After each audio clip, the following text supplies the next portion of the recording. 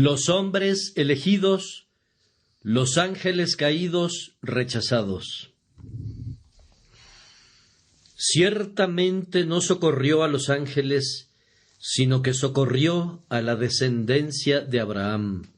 Hebreos 2:16. Al Dios Todopoderoso, que habitaba solo, le agradó manifestarse por medio de obras creadas que mostraran su sabiduría y su poder. Cuando comenzó el trabajo grandioso de la creación, determinó en su mente que diseñaría una variedad de obras y que todas sus criaturas no serían de una sola forma, naturaleza, grandeza o dignidad. Así, él hizo a unas granos de polvo y a otras montañas de estupenda magnitud. Él creó a unas gotas y a otras océanos, a algunas grandes colinas y a otras valles. Aun en sus obras inanimadas, él mantuvo una grandiosa variedad. Él no le dio a todas las estrellas la misma gloria, ni tampoco a todos los mundos la misma magnitud. Él no dio la misma textura a todas las rocas, ni tampoco dio a todos los mares la misma forma o la misma extensión. A él le agradó la obra de sus manos, que era de una infinita variedad. Cuando comenzó a crear criaturas vivientes, allí también estableció distinciones que debemos notar. Del gusano hasta el águila, del águila al hombre, del hombre al ángel. Tales son los pasos para crear el bien en el diseño de las cosas que son animadas.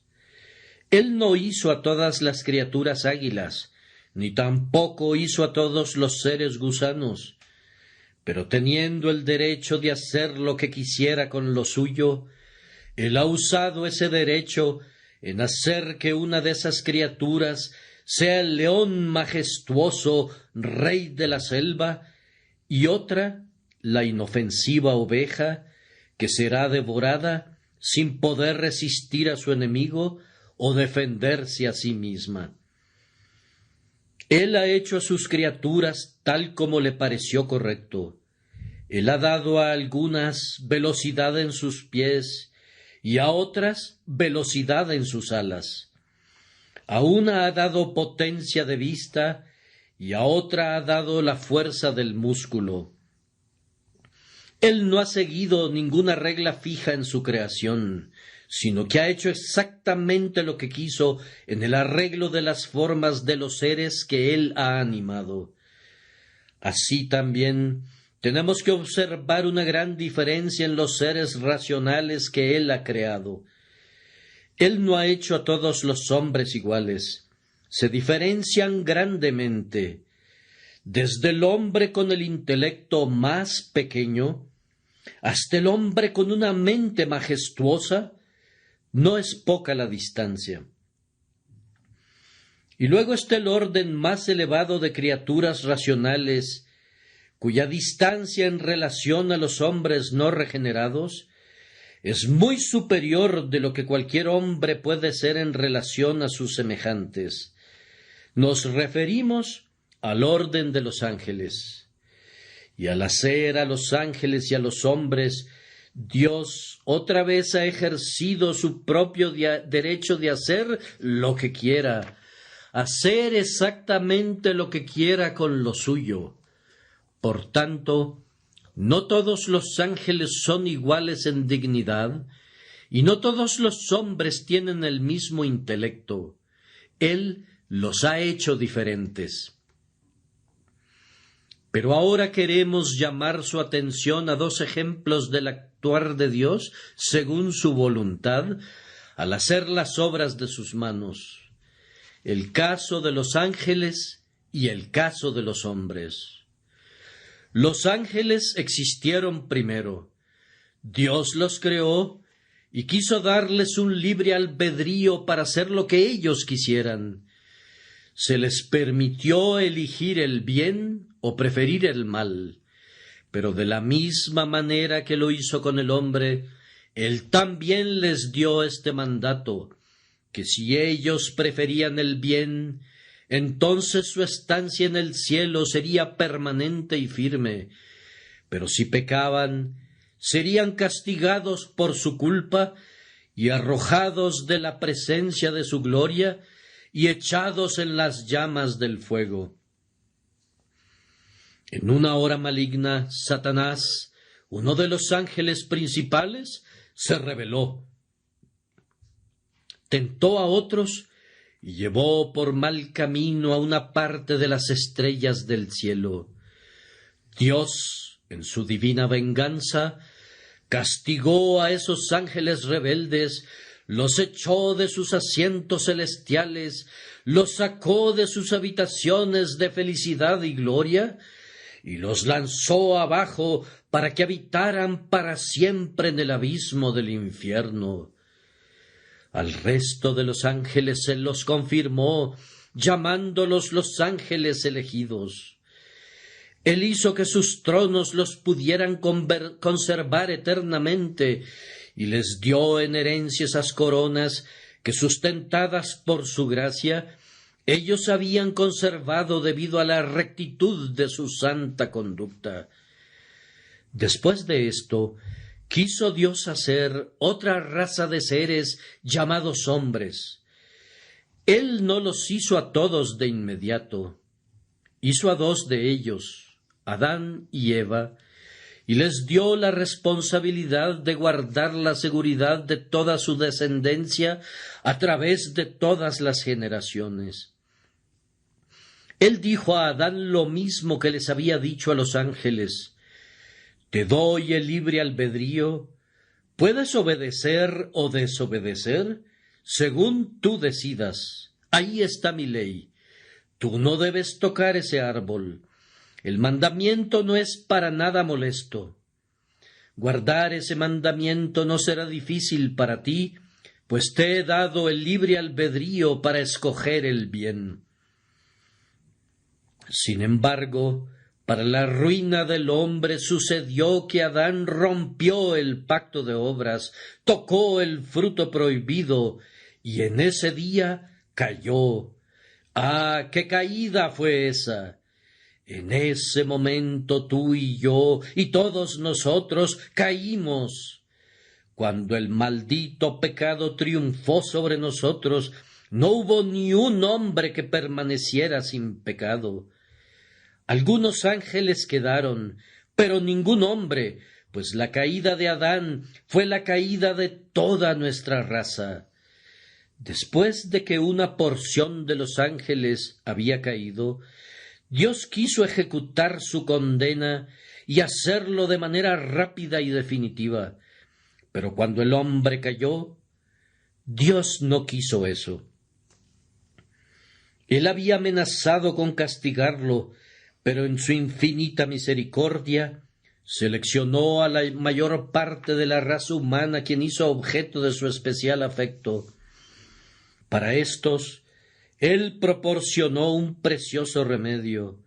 Para éstos, Él pactó la salvación y la aseguró con la sangre de su eterno Hijo. Estas son las personas que llamamos los elegidos. Y esos que Él ha dejado perecer, perecen por causa de sus propios pecados, muy justamente para la alabanza de su gloriosa justicia. Ahora, aquí ven la soberanía divina que Dios eligió poner tanto a los hombres como a los ángeles sobre el fundamento del libre albedrío. Soberanía en que escogió castigar a todos los ángeles con una destrucción total. Soberanía en que Él escogió suspender la ejecución de la sentencia para la raza humana y otorgar un perdón eterno a un cierto número que ningún hombre puede contar, seleccionados de la humanidad, que con toda certeza serán encontrados arriba a su diestra. Mi texto menciona esta gran verdad, puesto que cuando se traduce correctamente dice así: porque ciertamente no socorrió a los ángeles, sino que socorrió a la descendencia de Abraham.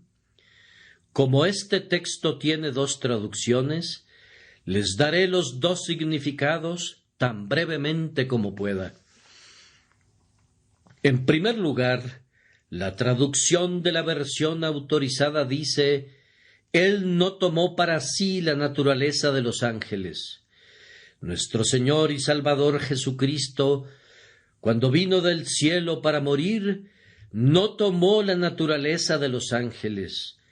Hubiera sido una humillación más grande que si un serafín se hubiera convertido en una hormiga, que el todopoderoso Hijo de Dios se hubiera vestido aún con las ropas del arcángel Gabriel. Pero su condescendencia le dictaba a él que si se iba a humillar, él llegaría hasta lo más bajo, que si se iba a convertir en una criatura, él no se convertiría en la criatura más noble, sino en una de las más innobles de los seres racionales, es decir, un hombre. Por lo tanto, él no se inclinó al estado intermedio de los ángeles, sino que se rebajó a lo más bajo y se hizo un hombre. Pues ciertamente no vino en auxilio de los ángeles, sino de los descendientes de Abraham.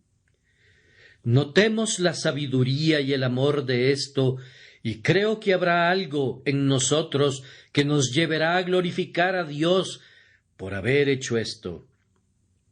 En primer lugar, si Cristo hubiera asumido la naturaleza de los ángeles, Él nunca hubiera podido hacer una expiación por el hombre. Haciendo a un lado el pensamiento de que si Él vino para salvar al hombre, no hubiera sido adecuado que hubiera venido en el ropaje de los ángeles, es necesario admitir que si hubiera hecho eso, Él no hubiera podido ver la muerte. ¿Cómo pueden morir los ángeles? Podemos suponer que su espíritu podría extinguirse si Dios así lo quisiera. Podemos suponer la total aniquilación de todo eso, a lo que sólo Dios otorga la inmortalidad. Pero como los ángeles no tienen cuerpos, no podemos suponer que puedan morir, pues la muerte es la separación del cuerpo y del alma. Por lo tanto, le correspondió a Cristo tomar para sí la forma de hombre, para que pudiera ser obediente hasta la muerte y muerte de cruz. Si los ángeles hubieran estado por ahí, hubieran dicho: «Oh poderoso Señor, toma nuestras radiantes túnicas, oh, no tomes el pobre traje diario de la humanidad, toma nuestras túnicas radiantes, todas adornadas con perlas». Y Gabriel hubiera dicho: «Ven, toma mis alas, poderoso Hacedor, y será para mí un gran honor deshacerme de ellas por ti. He aquí, toma esta corona y este manto celeste para vestirte.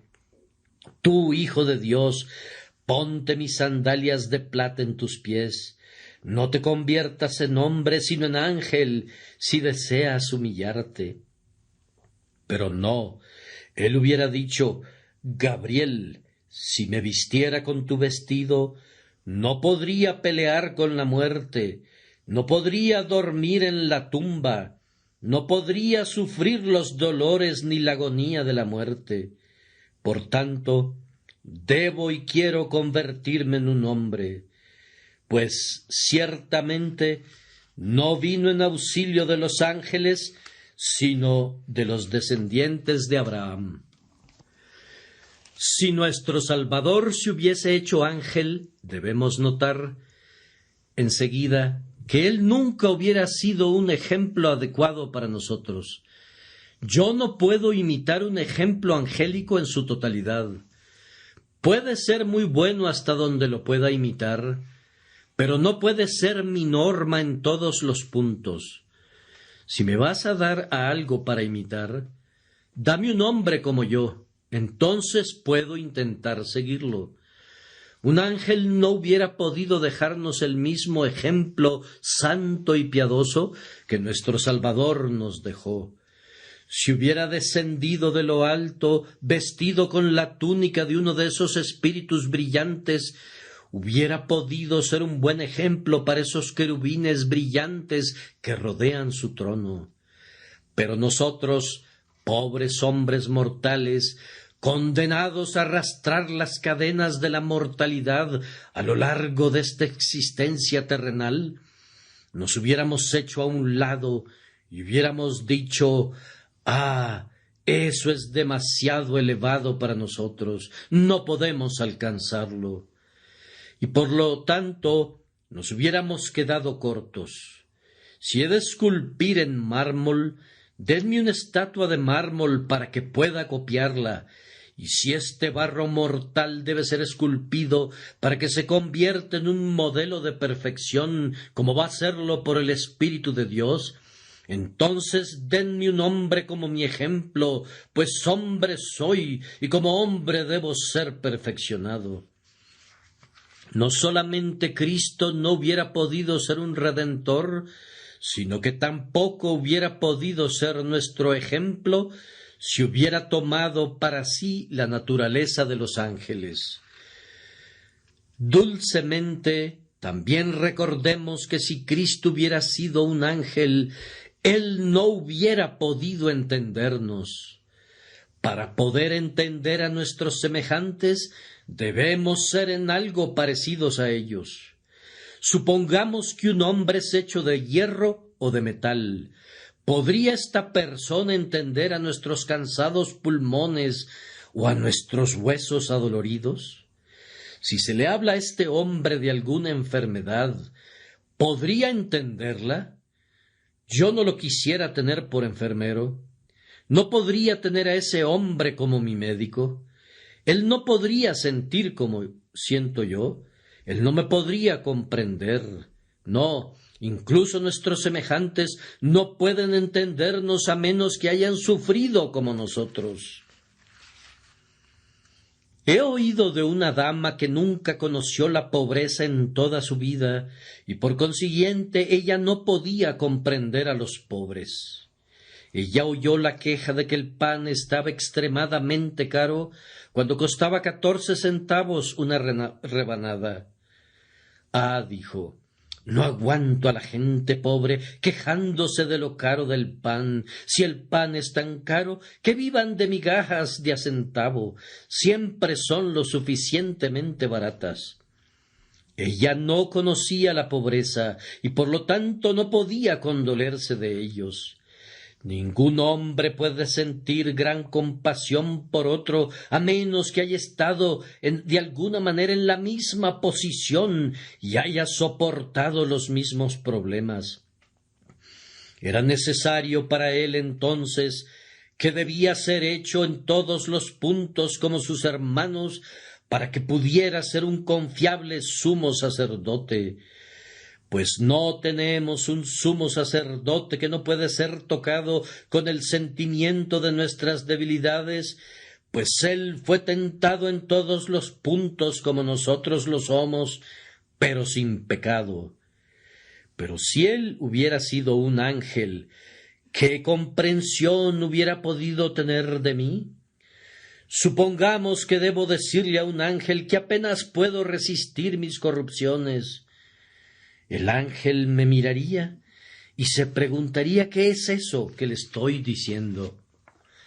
Si le tuviera que decir que me parece que este mundo es un desierto lleno de aullidos salvajes, ¿cómo podría creerme? Pues nunca ha oído un aullido.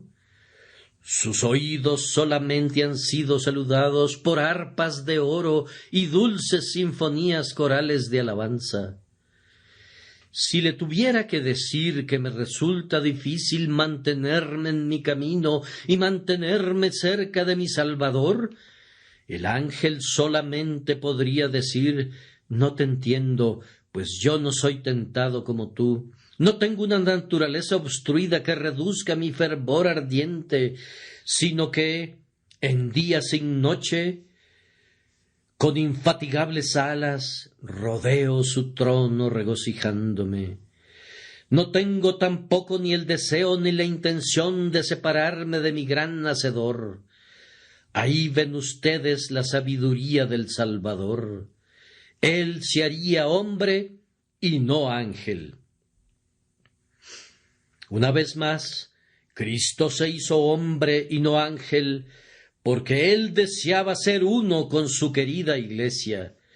Cristo fue prometido a su Iglesia antes que el tiempo comenzara, y cuando vino al mundo, Él prácticamente dijo: «Iré contigo, mi novia, y me voy a deleitar en tu compañía.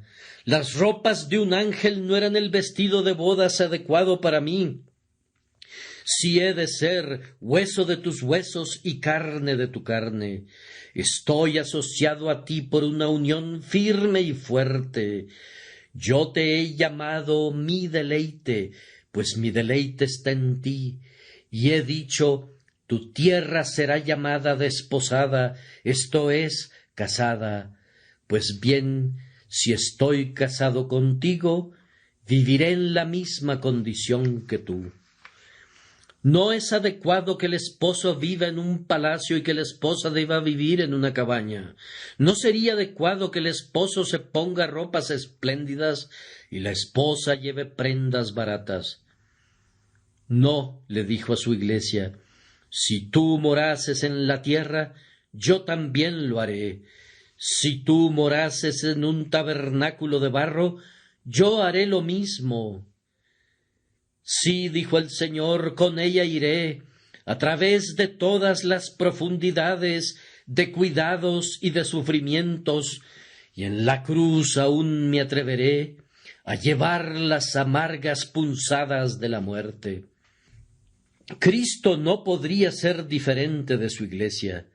Tú sabes que Él no estaría en el cielo sin ella. Por lo tanto, Él hizo ese largo viaje para redimirla y visitarla, y cuando Él vino con esta buena misión, Él no aceptó que ella fuera hecha de barro y que Él no fuera hecho del mismo material.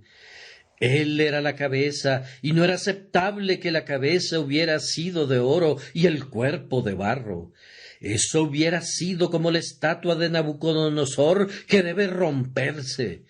Pues los hijos fueron participantes de carne y sangre, Él debe también tomar parte en lo mismo, pues Él se hizo perfecto a través del sufrimiento, pues Él era el capitán de nuestra salvación.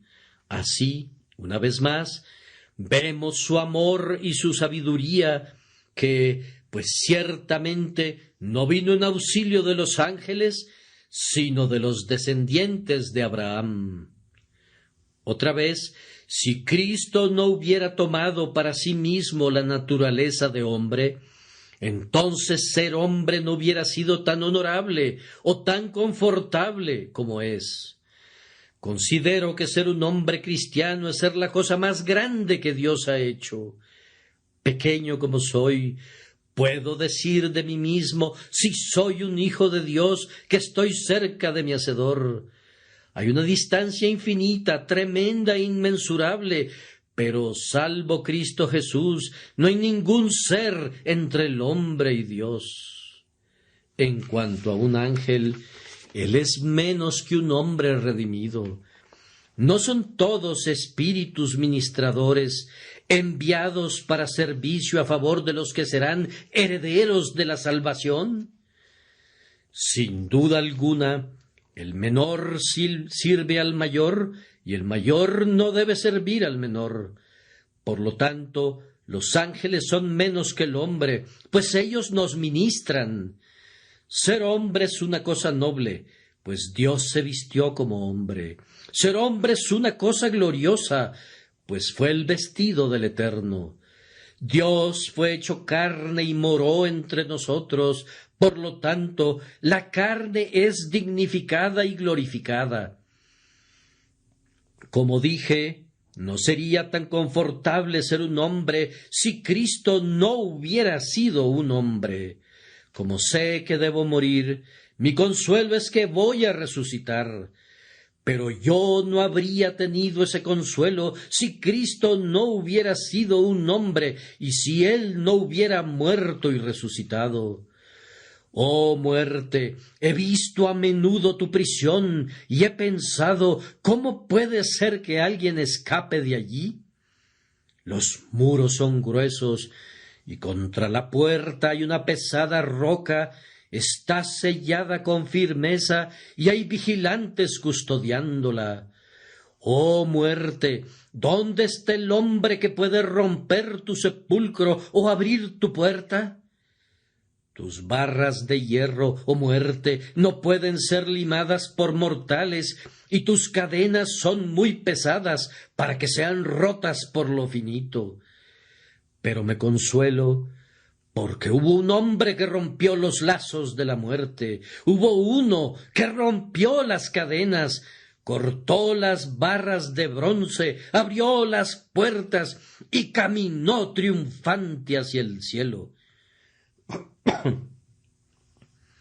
En ese hombre veo un ejemplo de lo que yo también debo hacer cuando el sonido de la trompeta del arcángel sobresalte mis átomos dormidos. A mí también me será fácil levantarme, pues como el Señor mi Salvador se levantó, también todos sus seguidores deben levantarse. Por lo tanto, muerte, veo que tu prisión debe ser abierta otra vez, pues ya fue abierta una vez. Veo tu gusano como una cosa muy pequeña que debe soltar a su presa y devolver la carne de que se alimentó. Veo la piedra de tu sepulcro como piedras pequeñitas de una playa pedregosa del océano que debo lanzar con manos ansiosas cuando rompa los sudarios de la tumba y suba a la inmortalidad. Es cómodo ser hombre, porque Cristo murió y resucitó. Pero si hubiera sido un ángel, la resurrección no hubiera tenido esa grande y gloriosa prueba, ni hubiéramos estado tan contentos de ser humanos, viendo que habría muerte, pero no inmortalidad ni vida. En esta forma he tratado de explicar la primera parte del tema, y ahora vamos con la segunda. La traducción literal, de acuerdo con las notas al margen, es: Él ciertamente no socorrió a los ángeles, sino que socorrió a la descendencia de Abraham, por lo cual se quiere decir que Cristo no murió para salvar a los ángeles, aunque muchos de ellos necesitaban salvación. Él murió para salvar al hombre caído. Ahora, me gusta de vez en cuando dar a los oponentes de la gran doctrina de la gracia un hueso duro de roer. A menudo me han dicho que la elección es una doctrina muy terrible y que enseñar que Dios salva a unos y deja perecer a otros es hacer que Dios sea injusto. A veces he preguntado ¿qué quieren decir con eso? Y la respuesta usual que recibo es: supongan que un padre tiene un cierto número de hijos y él pone a uno de sus hijos en una terrible prisión y hace al resto de ellos muy felices. ¿Pensaría usted que ese padre fue justo? Bueno, contesto yo, tú has supuesto un caso y te voy a responder. Por supuesto que no. El hijo tiene un derecho sobre su padre y el padre está obligado a reconocerle su derecho. Pero quiero saber qué se propone al hacer esa pregunta. ¿Cómo se aplica eso al caso de Dios? Yo no sabía que todos los hombres eran hijos de Dios. Yo sabía que ellos eran súbditos rebeldes de Dios, pero no sabía que fueran sus hijos. Pensaba que no se convierten en sus hijos mientras no nazcan de nuevo, y que cuando ya son sus hijos los trata todos por igual, y los lleva a todos al cielo, y les da a todos una mansión. y nunca escuché que él mandara a alguno de sus hijos al infierno. Es cierto, te he oído a ti decir eso. He escuchado que dices que algunos de sus hijos caen de la gracia y por lo tanto él los manda al infierno. Y yo te dejo resolver el problema de cómo es eso justo, pero, amigo, yo no acepto que todas las criaturas de Dios sean sus hijos. Ahora yo tengo una pequeña pregunta para ti. ¿Cómo explicas que los demonios y los ángeles caídos estén todos perdidos y, sin embargo, de acuerdo con tu propia demostración, todos los hombres caídos tienen una oportunidad de ser salvos? ¿Cómo resuelves esto? Oh, dices tú, eso es otra cuestión. No estaba considerando a los ángeles caídos.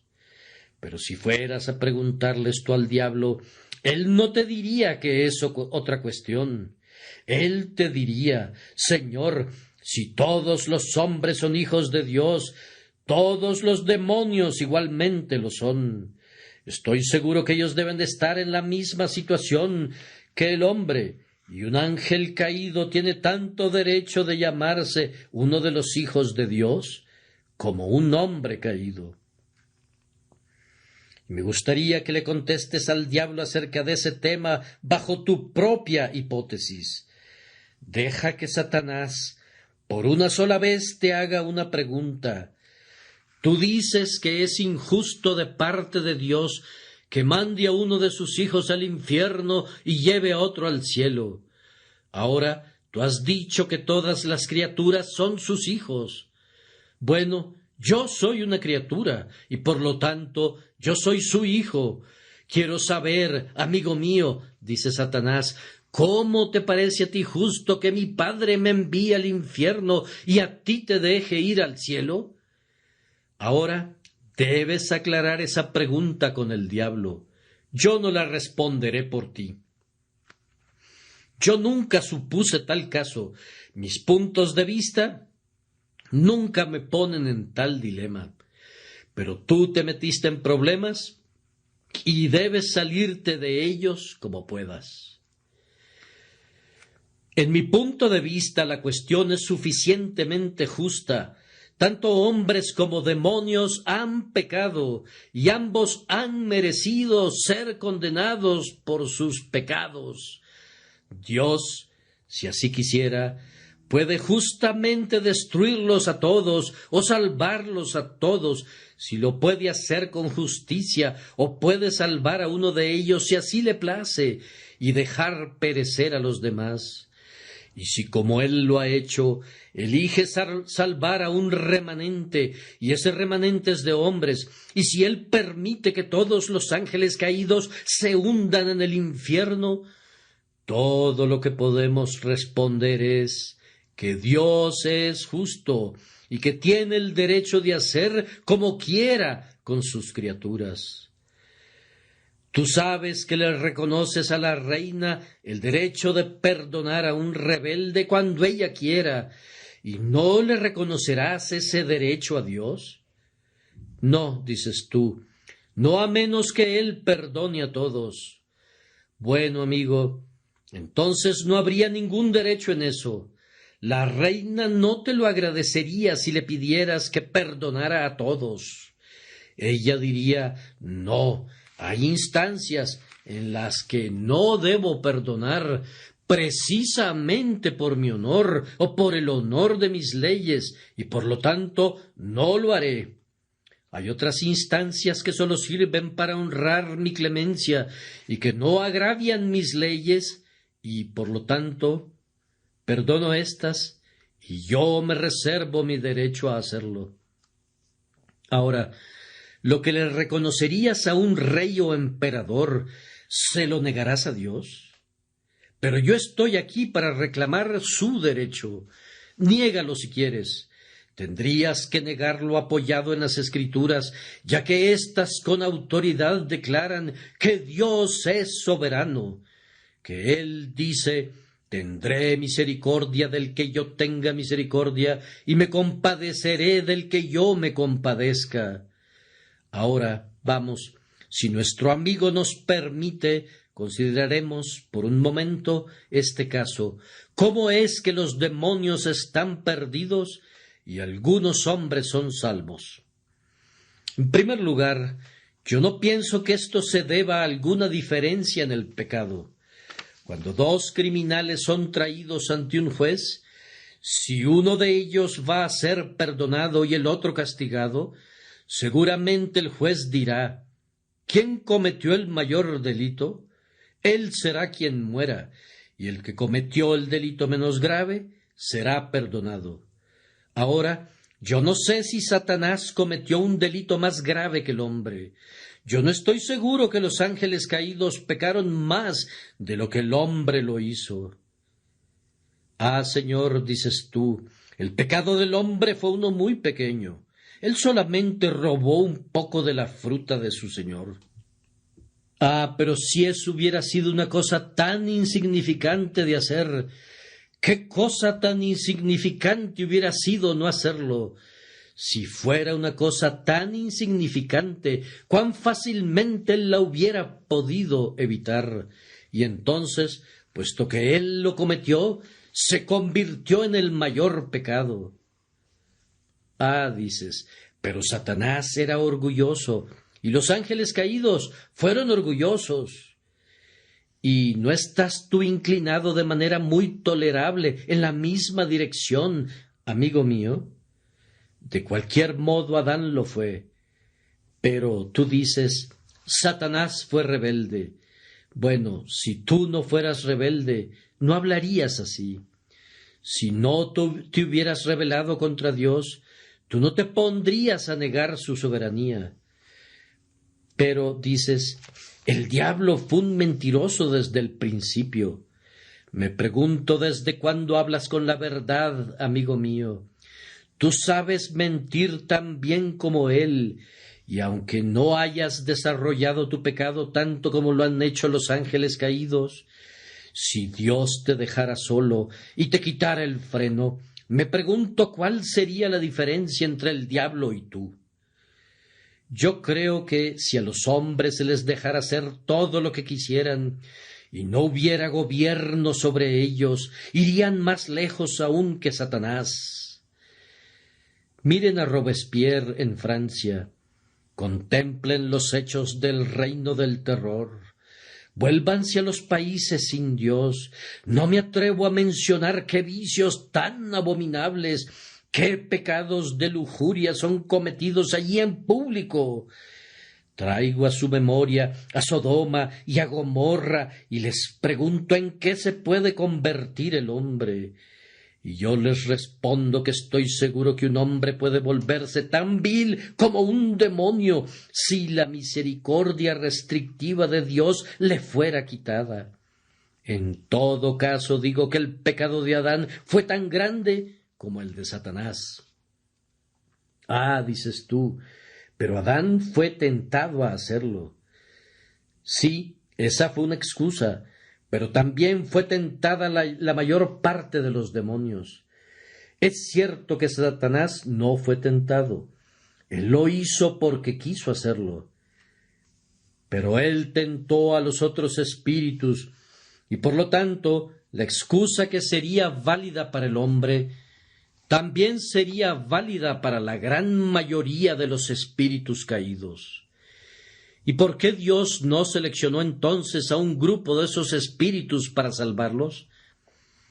Yo respondo que nunca podrías encontrar una razón excepto esta. ¿No me es lícito hacer lo que quiero con lo mío?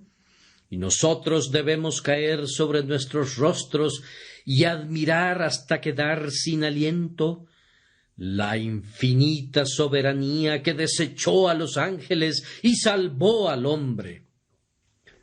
Pero supongamos que no hay tanta diferencia en el pecado de ellos. La siguiente pregunta es, ¿a cuál de esos dos seres vale más la pena salvar? ¿Cuál es la criatura más valiosa? ¿Cuál serviría más a su Hacedor si su Hacedor la perdonara? Y yo reto a cualquiera de ustedes a sostener que un hombre pecador es una criatura más valiosa que un ángel. Ah, si Dios hubiera buscado ganancia, hablando desde la perspectiva del hombre, sería más rentable para él salvar a un ángel. ¿No podría el ángel perdonado servirle mejor que el hombre perdonado? Si yo sirvo a Dios día tras día, debo descansar por la noche, pero los ángeles sirven días sin noche en su templo. Mi celo puede ser muy intenso, pero mi cuerpo se cansa. Pero los ángeles no conocen el cansancio. Y si soy salvo, yo seré un pobre cortesano que estará alrededor de su trono. Pero aquel brillante serafín caído, si hubiera sido perdonado, hubiera hecho una muy buena decoración para adornar los salones del Todopoderoso. Si yo fuera llevado al cielo, no tengo brillantes honores angélicos, y mi naturaleza aún ennoblecida no sobrepasaría lo que un ángel hubiera sido si Dios lo hubiera decretado así. Pero si Satanás hubiera sido perdonado, ¡oh, qué fuerte hubiera cantado y con qué gloria hubiera marchado a través del cielo para alabanza y gloria de la gracia que le rescató del infierno! Por tanto, si Dios hubiera pensado en su propia ganancia, primeramente hubiera salvado a los ángeles antes que salvar al hombre. Otro pensamiento.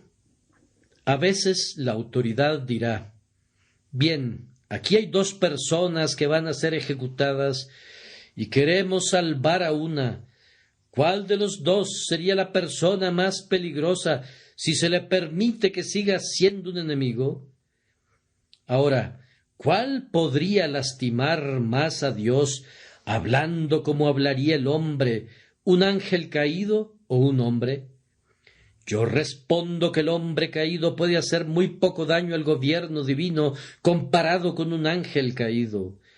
Un ángel caído es tan sutil, tan poderoso, tan veloz, tan capaz de volar en las alas del trueno, que puede hacer 10 veces más daño a su hacedor, si ciertamente su hacedor puede ser dañado, que lo que podría ser cualquier hombre. Así que si hubiera habido cualquier consideración de este tipo en la mente divina, Dios hubiera seleccionado a los demonios para salvarlos, ya que podrían darle mayor gloria si fueran salvados y hacerle mayor daño si no fueran salvados. Y todavía una consideración más, para mostrarles aún más cuán soberano es el deseo divino en esta materia. A lo mejor pueden decir, si alguien va a ser salvado, que sea salvado quien sea menos difícil de salvar. Ahora, ¿quién podría ser salvado con mayor facilidad, un ángel caído o un hombre caído? Por mi parte, no veo ninguna diferencia, pero si hubiera alguna, me parece que una restauración no causa ni la mitad del daño que una revolución. Y haber restituido a los ángeles al lugar del que habían caído, hablando como un hombre debe hablar, no hubiera sido tan difícil como haber sacado al hombre caído fuera del lugar del que había caído y ponerlo donde los ángeles caídos una vez estuvieron. Si Satanás hubiera entrado al cielo, hubiera sido como una restauración, un viejo rey que regresa a su antiguo trono. Pero cuando el hombre entra allí, es como un rey yendo a una nueva dinastía, un nuevo reino.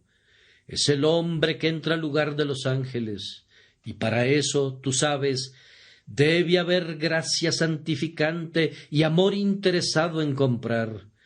Eso pudo haber sido necesario para los ángeles caídos, pero ciertamente no más para ellos que para el hombre caído. Aquí entonces somos traídos de regreso a la única respuesta, que Dios salva al hombre y no a los ángeles, solamente porque así lo decidió. Y les dice a los ángeles que han perecido: no, pero oh Satán, ¿quién eres tú para que alterques con Dios? Dirá el vaso de barro al que lo formó: ¿por qué me has hecho así? Pero tú puedes decir: Dios salvó al hombre porque tuvo compasión de él. Pero entonces, ¿por qué no les tuvo lástima a los demonios? Conozco 2 hombres que viven con muy poco presupuesto a la semana. Uno de ellos me da mucha lástima, pero el otro, que no tiene una mejor situación, me da más lástima porque él alguna vez conoció tiempos mejores. El hombre, es verdad, cayó del Edén, pero Satanás cayó del cielo, y da más lástima debido a la grandeza de su caída.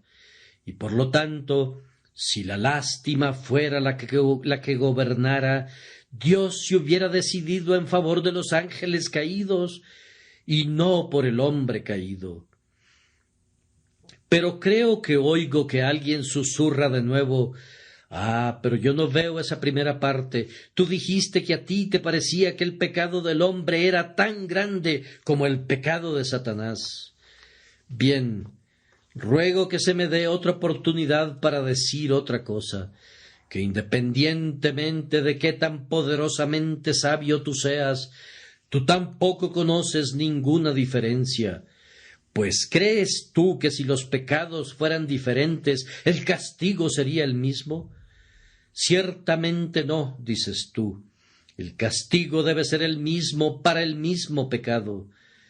Bien, pues, los demonios y los hombres deben estar en el mismo infierno, el lago de fuego que fue preparado para que el demonio y sus ángeles estén allí, y que es el lugar al que los hombres son lanzados, y por tanto te desafío a que pruebes que su pecado no es el mismo. Creo que si no es el mismo en grado, es el mismo en calidad y el mismo en naturaleza. Y por lo tanto, un ángel caído y un hombre caído están en igualdad de condiciones, así que si Dios hace una diferencia, Él hace solamente porque Él quiere hacerla y no da cuenta a nadie de sus negocios. Este es un cuchillo que corta de raíz cualquier cosa que suene a mérito. Le quita a los que creen en el libre albedrío cualquier oportunidad de acusar a Dios de injusticia, pues ¿cómo pueden encontrar que Dios sea injusto si salva a un hombre y no a otro, cuando no se atreven a sugerir en lo más mínimo que Él es injusto al salvar a algunos hombres y dejar que los demonios perezcan? Ahora he acabado el tema y debo hacer una reflexión práctica o algo así, y entonces habré terminado. Algunos pueden protestar contra esta prédica doctrinal y saldrán y me llamarán un antinomiano.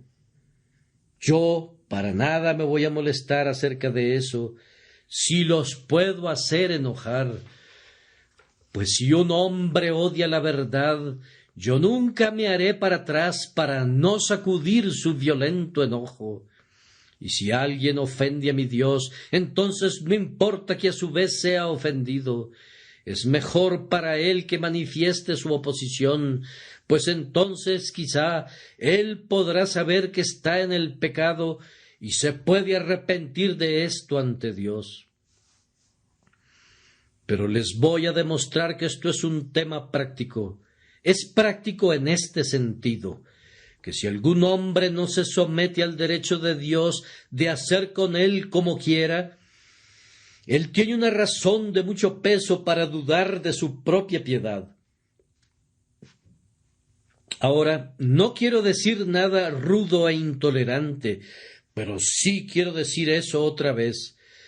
Si doctrinalmente lo niegan, prefiero no llegar a ninguna conclusión, pero si en sus corazones sienten odio por esa doctrina de que Dios tiene el derecho de salvarlos o destruirlos, me dan una muy grande causa para dudar que ustedes alguna vez hayan conocido su propia posición a los ojos de Dios.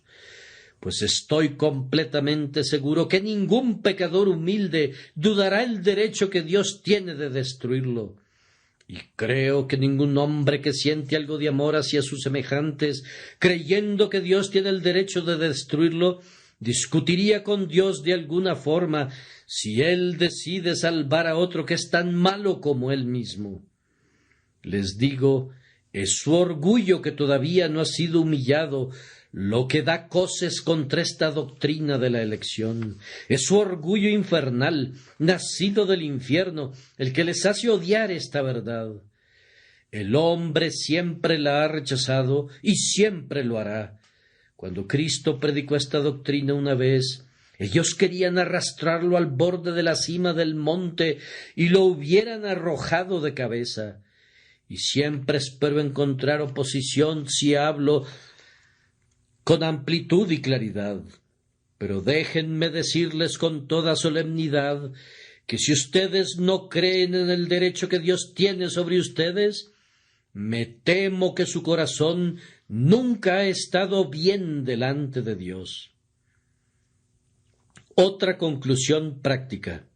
Si tú crees que esto es verdad, que Dios tiene el derecho de enviar tu alma al infierno y que si salva a alguien más y no a ti, es justo.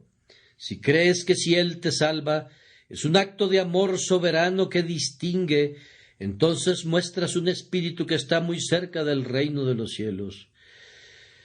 Yo no creo que un hombre admita esta verdad a menos que haya tenido un cambio de corazón. Puede admitirla en su mente, pero no sentirá que sea verdad a menos que tenga un nuevo corazón y un espíritu recto. No iré tan lejos como para decir que un hombre que cree en la soberanía divina es un cristiano. Eso sería estirar demasiado la verdad. Pero sí digo que si un hombre es lo suficientemente humilde, lo suficientemente manso, lo suficientemente contrito para echarse a los pies del Salvador, con esto no traigo nada en mis manos, yo no tengo justicia ni demandas, si tú me condenas serías justo, si tú me salvas te lo agradeceré para siempre. Un hombre así tiene que haber tenido un trabajo de la gracia en su corazón para traerlo a esta conclusión. Si puedes decir eso, entonces, pobre pecador, acude a Jesús, porque Él nunca te rechazará. Permítanme contarles una historia acerca del hijo pródigo y entonces llegaré a una conclusión. El hijo pródigo salió una mañana y tuvo un largo viaje por recorrer. Tenía frente a sí una montaña que escalar, llamada la montaña de sus propios pecados e iniquidades. Él apenas había llegado a la cima y se estaba acercando a una torre llamada la Torre del Verdadero Arrepentimiento, cuando su padre, que estaba sentado en el techo de la casa, lo vio. Y cuando lo hubo visto, corrió inmediatamente y antes de que su hijo llegara a la puerta, el padre cayó sobre su cuello y lo besó. Llevó a su hijo a su casa y preparó un banquete y festejaron, pero después de que el hijo se había sentado, el padre lo miró y vio que su hijo no comía y que sus lágrimas rodaban en sus mejillas. «Hijo mío», dijo el padre, «¿por qué no comes? ¿Por qué lloras, hijo mío? Todo este banquete fue preparado para ti». Soltándose en llanto, el hijo dijo: «Padre, ¿me perdonas todo?».